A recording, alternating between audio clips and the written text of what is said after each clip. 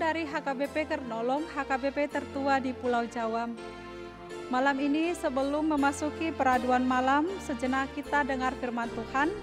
Marilah kita berdoa. Terima kasih Bapa di dalam sorga untuk segala kebaikan-Mu dan penyertaan-Mu bagi kami di sepanjang satu hari ini. Kami boleh melakukan segala pekerjaan dan tugas-tugas kami. Berkati Tuhan setiap pekerjaan dan tugas kami, agar berkenan di hadapan Tuhan, menjadi sukacita bagi kami, berkat bagi orang di sekitar kami, dan menjadi pujian bagi nama Tuhan. Pada malam ini Tuhan Allah Bapa, kami mau mendengarkan firman-Mu. Berkati kami Tuhan, kuasai hati dan pikiran kami, dan anugerahkan roh pengertian bagi kami, agar kami boleh mengerti akan kebenaran firman Tuhan. Berfirmanlah Engkau Tuhan, sebab kami siap mendengarkannya. Di dalam nama-Mu yang kudus kami berdoa dan mengucap syukur. Amin. Sahabat renungan malam Shalom, firman Tuhan renungan pada malam hari ini sesuai bacaan malam dalam Almanak HKBP, tertulis dalam 2 Korintus pasal 8 ayat 1 sampai ayat 15. Dan yang menjadi ayat pembimbing renungan, ayat yang ke-7. Begini firman Tuhan. Maka sekarang sama seperti kamu, kaya dalam segala sesuatu, dalam iman, dalam perkataan, dalam pengetahuan, dalam kesungguhan untuk membantu, dan dalam kasih-Mu terhadap kami. Demikian jugalah hendaknya kamu kaya dalam pelayanan kasih ini. Demikian firman Tuhan. Topik renungan ini adalah kaya dalam pelayanan kasih. Sahabat renungan malam Shalom, Korintus merupakan ibu kota Akhaya yang juga termasuk kota terbesar di daerah itu. Di sana terdapat pelabuhan besar yang merupakan sarana perdagangan antar kota, antar daerah, antar negara dan pulau-pulau yang dihampiri oleh kapal-kapal dagang yang tentunya mempengaruhi kehidupan di daerah itu. Secara ekonomi, kehidupan mereka cukup atau bahkan melimpah. Dan tidak hanya itu, tetapi juga dalam segala sesuatu. Dalam iman, dalam perkataan, dalam pengetahuan, semuanya mereka miliki. Rasul Paulus mengatakan kepada jemaat di Korintus, sekalipun mereka kaya akan segala sesuatunya, demikian jugalah hendaknya kamu kaya dalam pelayanan kasih. Artinya, tidak cukup hanya iman, pengetahuan, kesungguhan membantu, tidak cukup hanya kehidupan yang baik secara ekonomi, tidak cukup hanya melakukan perbuatan kasih terhadap pemberita-pemberita Injil atau rasul-rasul, tetapi hendaklah mereka yang tinggal di tempat itu kaya dalam kasih kepada semua orang, bermurah hati dan mau menolong dalam pelayanan kasih terhadap semua orang. Mengapa Rasul Paulus mengatakan demikian? Yang melatar belakangi ini adalah pada waktu itu orang Kristen yang di Yerusalem mengalami kesukaran, mengalami pergumulan hidup penderitaan, yaitu masalah kelaparan.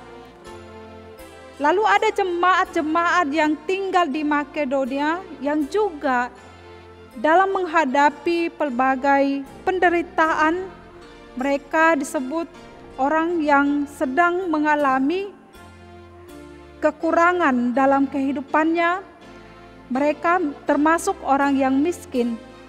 Tetapi mereka bersuka cita ketika mereka dapat membantu dan menolong orang Kristen yang di Yerusalem dengan memberikan bantuan menurut kemampuan mereka, bahkan melampaui kelebihan mereka dengan kerelaan hati. Artinya mereka tidak khawatir dengan keadaan hidup mereka dalam situasi yang berkekurangan. Mereka tidak khawatir kalau dalam membantu jemaat yang di Yerusalem akan mempengaruhi kemiskinan mereka. Tetapi justru dengan kekurangan mereka, mereka bersuka cita membantu menolong orang Kristen yang di Yerusalem yang dalam kelaparan itu. Rasul Paulus menekankan kelebihan jemaat Korintus yang kaya dalam segala sesuatu. Rasul Paulus menekankan bahwa jemaat yang di Korintus adalah orang-orang yang kaya dalam segala hal. Maka karena itu, Rasul Paulus menekankan supaya mereka juga turut membantu jemaat yang di Yerusalem yang dalam situasi penderitaan mereka. Jemaat di Korintus hendaknya dapat membantu dengan kasih dan memberikan pertolongan kepada orang-orang yang membutuhkan di Yerusalem. Rasul Paulus juga menghimbau supaya mereka jemaat Korintus melengkapi kekayaan mereka itu dengan kaya dalam pelayanan kasih. Jemaat Korintus kaya secara lokal, tetapi kekayaan mereka belum dilengkapi dengan pelayanan kasih sebagai buah kasih anugerah Allah. Hendaklah juga mereka berkelimpahan di dalam pekerjaan yang mulia itu. Sahabat renungan malam Shalom, jika kita membuat suatu ukuran tentang suatu kekayaan, ukuran kekayaan menurut standar manusia, berapa banyak uang yang harus dikumpulkan dimiliki seseorang agar dapat disebut sebagai orang yang kaya? Dan berapa banyak uang yang harus diberikan seseorang agar dianggap dermawan atau bermurah hati?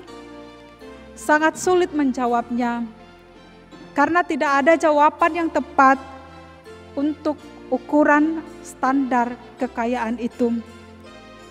Suatu pemahaman yang keliru bahwa seseorang harus kaya dulu untuk dapat memberi dan berbagi. Kalau masih miskin, tidak mungkin dapat memberi atau menolong orang lain. Kalau masih miskin, jangan memberi dulu. Apa untuk kita? Apa untuk kebutuhan? Apa untuk kelengkapan hidup kita? Sehingga jatuh kepada kekhawatiran hidupnya. Bapak Ibu Saudara yang terkasih,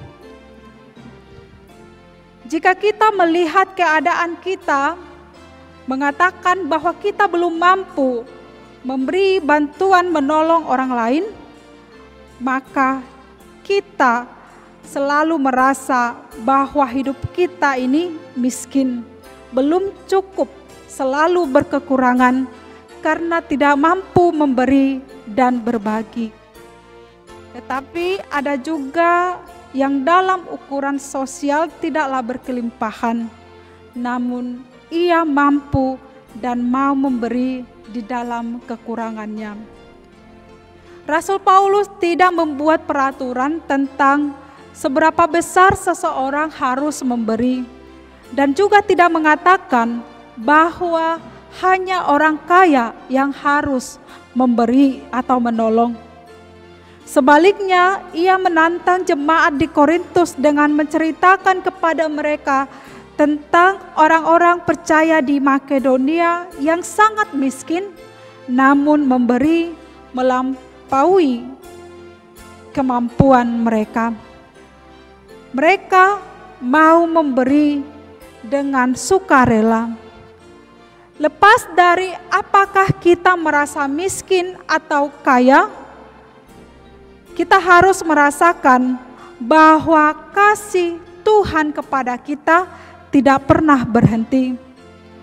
Dan inilah yang menjadi alasan kita untuk mau melakukan pelayanan kasih itu. Kita tidak boleh memberi alasan, kita tidak punya, kita miskin, kita berkekurangan.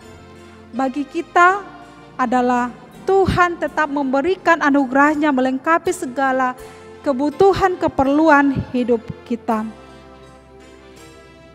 Mother Teresa pernah berkata, menjadi kaya bukan seberapa banyak uang yang kita kumpulkan, bukan seberapa banyak kekayaan yang kita kumpulkan, namun berapa banyak yang kita berikan kepada orang lain yang membutuhkan. Inilah konsep kaya di dalam kekristenan, yaitu kaya dalam pelayanan kasih.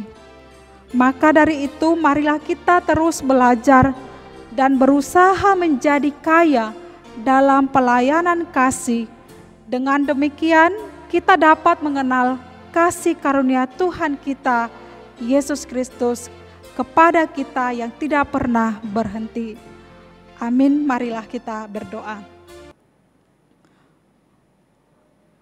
Terima kasih Tuhan, sumber kehidupan kami, yang memberikan segala apa yang kami perlukan seturut dengan kehendak Tuhan, yang memberikan kecukupan sehingga kami bersyukur, berterima kasih atas segala kebaikan dan anugerah yang Tuhan berikan bagi kami masing-masing. Tuhan Allah Bapa, melalui renungan yang kami dengarkan pada saat ini, bila kami juga kaya di dalam pelayanan kasih, bermurah hati, mau menolong orang di sekitar kami, memberi dengan sukacita tanpa ada rasa paksaan, karena kami telah mengenal kasih Tuhan terlebih dahulu, Tuhan berikan bagi kami masing-masing. Ya Allah ya Tuhan, kami pada malam hari ini kami mau beristirahat, Kau berkati kami sepanjang malam ini, dan besok pagi Engkau bangunkan kami, Kau anugerahkan nafas kehidupan yang baru bagi kami, agar kami boleh melanjutkan hari-hari kami seturut dengan kehendak Tuhan.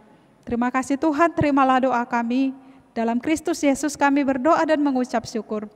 Amin. Anugerah dari Tuhan Yesus Kristus, kasih setia dari Allah Bapa, dan persekutuan Roh Kudus menyertai kita hari ini sampai selama-lamanya. Amin.